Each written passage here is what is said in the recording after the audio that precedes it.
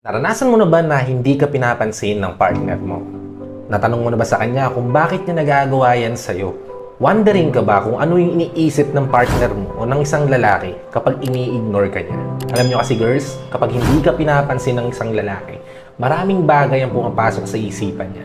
Kaya kadalasan yung mga hinala niyo na baka kaya hindi ka pinapansin ng lalaki kasi ganito ka, kasi ganyan, ay kadalasan nagkakatotoo. Gusto mo bang malaman kung anong iniisip ng isang lalaki kapag ini-ignore ka niya? Well, just keep on watching.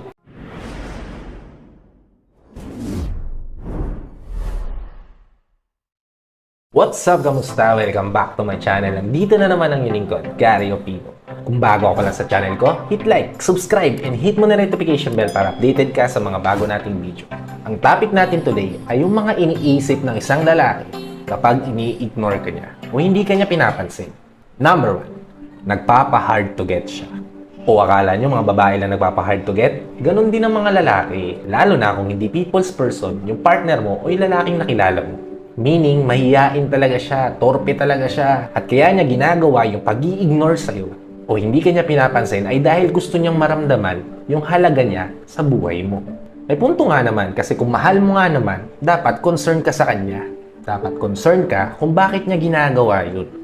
At yun guys, yung gusto niyang maramdaman sa'yo, kaya ka niya ini-ignore. Ikalawang bagay na iniisip ng mga lalaki kapag ka ini-ignore ka niya o hindi ka niya pinapansin, ay hindi talaga siya interesado sa'yo. Alam nyo kasi girls, kapag ka importante ka sa isang lalaki, hindi niya hahayaan na maramdaman mo na nag-iisa ka.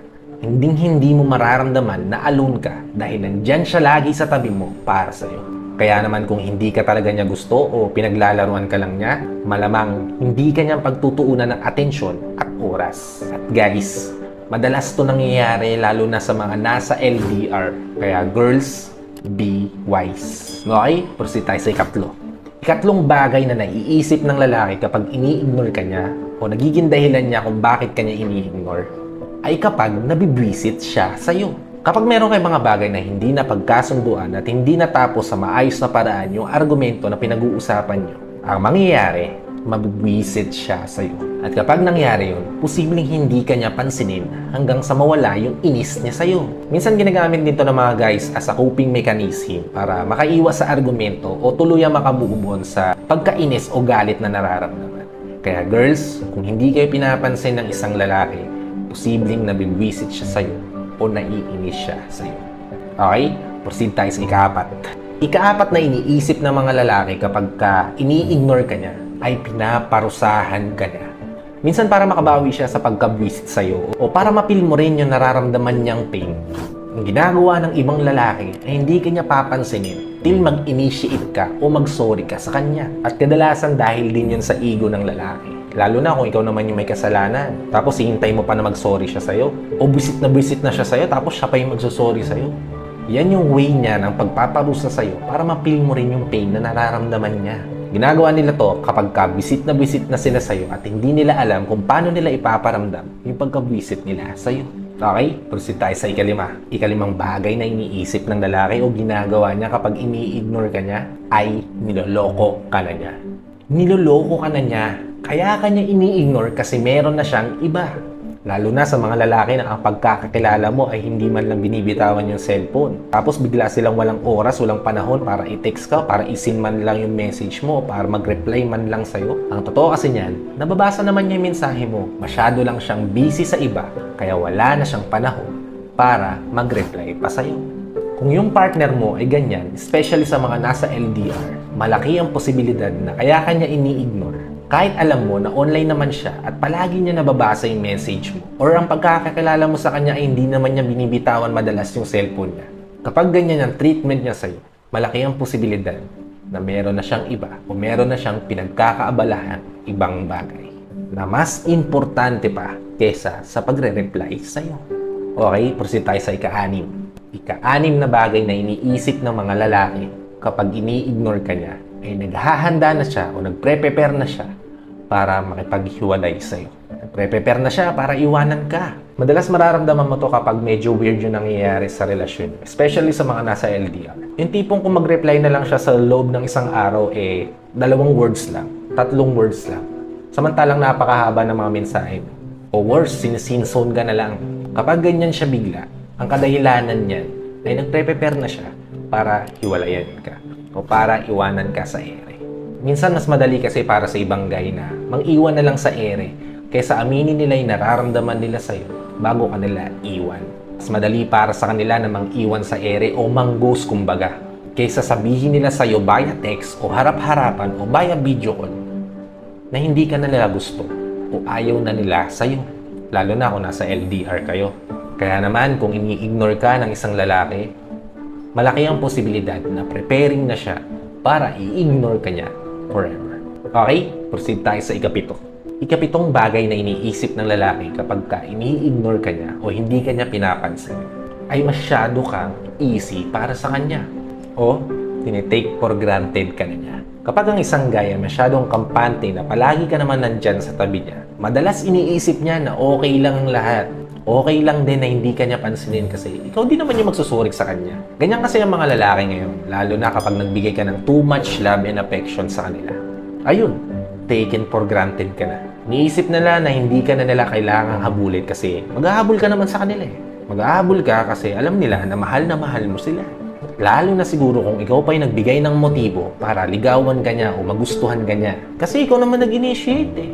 Ikaw naman yung may gusto sa kanya eh. Naramdaman niya naman na gusto mo siya. Ikaw nga ay nagbigay ng motibo, di ba? Ganyan yan sila. Puging-pugi sa sarili. Kaya naman kung ganyan yung ginagawa niya sa'yo, all of the sudden, bigla ka na lang niyang ini-ignore. Bigla ka na lang hindi niya pinapansin. Malamang sa malamang, tinitake for granted ka na niya. Kasi alam niya na sobrang mahal mo siya at ikaw, maghahabol ka sa kanya. Girls, kapag ginagawa sa inyo ito ng mga lalaki, mag-isip-isip ka na. Kung alam mo kung anong halaga mo, dapat alam mo rin kung kailan ka susuko sa laban. Hindi mo naman kailangan maghabol sa taong hindi ka kayang bigyan ng oras at panahon. Hindi mo kailangan magmakaawa para sa taong hindi ka kayang bigyan ng pagmamahal at affection. Hindi mo kailangan ibaba yung worth mo o ibaba yung respeto mo sa sarili mo bilang babae para sa lalaking pinaglalaruan ka lang at iiwan ka lang din naman sa huli. Dahil ang totoong lalaki nagmamahal, ibibigay niya ang lahat ng kaya niyang ibigay para sa iyo. Huwag ka lang maging malungkot at huwag mo lang maramdaman na mag-isa ka sa buhay. Kaya girls, kung nararamdaman niyo na to, na ginagawa sa inyo to ng kapartner mo, mas mainam na pag-usapan niyo to habang maaga pa, habang may natitira ka pang pagmamahal dyan sa sarili mo. So yun lang, maraming salamat sa panonood.